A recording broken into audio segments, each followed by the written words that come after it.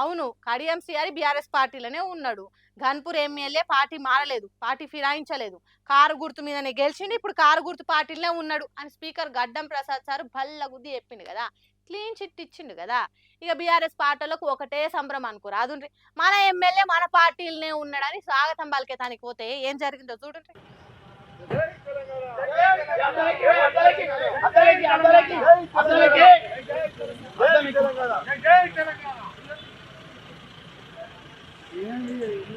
BS party గుర్తు మీద గెలిచే కడియం శ్రీహరికి బిఎస్ పార్టీ గుర్తు మీద గెలిచే కడియం శ్రీహరికి. చూసిండ్రా, సొంత పార్టీ నాయకునికి స్వాగతం పలుకుతుంటే పోలీసులు ఎట్లా అరెస్టు చేస్తున్నారో.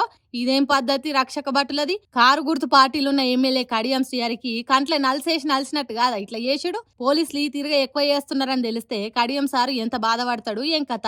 తను చిల్పూర్ గుట్ట ఆరంభోత్సవానికి వస్తున్నాడని తెలిసి సొంత పార్టీ కార్యకర్తలు స్వాగతం పలికితే అదేమన్నా పెద్ద నేరమా? బీఆర్ఎస్ పార్టీలు బీఆర్ఎస్ పార్టీ ఎమ్మెల్యేకు స్వాగతం పలికితే తప్పెట్లయితది? ఆవగింజంత అవగాహన లేనట్టే చేస్తున్నారు పోలీసులు. ఇట్లా స్వాగతం పలికేతానికి వచ్చిన వాళ్ళని కాదు, మాజీ ఎమ్మెల్యే తాటికొండ రాజయ్యను కూడా అరెస్ట్ చేసిండ్రు.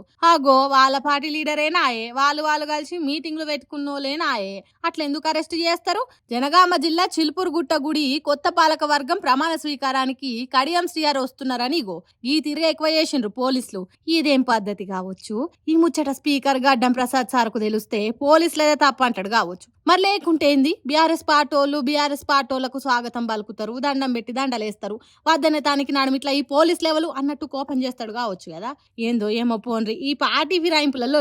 పార్టీ మారిండో మారలేదో, ఏ పార్టీలు ఉన్నారో ఏ పార్టీలో లేరో పబ్లిక్కే కాదు వాళ్ళది వాళ్ళకే తెలుస్తలేదు.